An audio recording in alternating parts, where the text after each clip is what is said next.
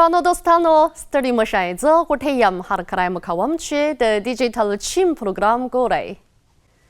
د چین د سوداګرۍ وزارت په شمول 1400 ادارو څه موده مخکې د مصرفي تولیداتو په برخه کې د نوي شي د قسمي بیې پر ځای د زوړ شي د ورکولو عملي لايحه خپاره کړې چې پکې د موټرونو د کور د براکي لوازمو او د کور د ښکلا د توکو په شمول ځینو برخو کې د نوي شي د قسمي بیې پر ځای د زوړ شي د ورکولو په پار د 22 مادو تدبیرونه وړاندې شوي دي. دغه تدبیرونه به د زیرکتیا، زرغون رنګ او ټیټ کاربن د مصرفي تولیداتو د پرمختګ او د چین د کورنیو مصرفي اړتیاوو د پراختیا لپاره مثبت رول ولوبوي. زه به په نننۍ پروګرام کې د ګڼو شمیرو له مخې اړوند معلومات در سره شریک کړم.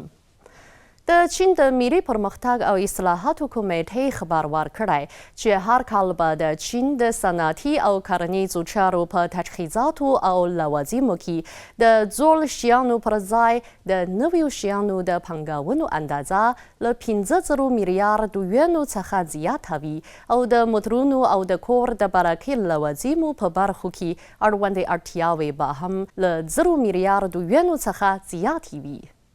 د بېلګې په توګه په یادې لایحې کې د موټرونو په پار داسې موخې ټاکل شوې چې تر 2025 کال پورې به د هغو موټرونو د ماترو کېدو بهیر چټک شي چې د لوګیو د ایستنې اندازه یې د دولت په 3مې کچې او له 3مې کچې څخه په ټیټې درجې کې وي او د 2023 کال د ماترو کېدو د اندازې په پرتله به یې د زیاتوالي اندول په سرو کې 50 ته ورسیږي. تر 2028 کال پورې به د متروکو موټرونو د راغونډولو اندازه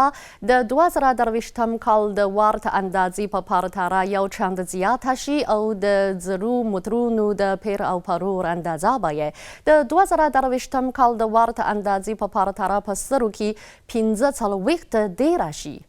اوس په چین کې د هغو موټرونو شمیر کابو 114 میلیونو ته رسیدلی چې د لوګیو د ایستنې اندازه یې د دولت په کچه په 4مې درجې او له 4مې کچې څخه په ټیټې درجې کې دي. د اټکل له مخې په 2024 کال کې به د دغې لایحې په رڼا کې د زړو موټرونو پر ځای د نویو موټرونو د اخیستلو اړتیاوې 1 میلیون ته ورسیږي.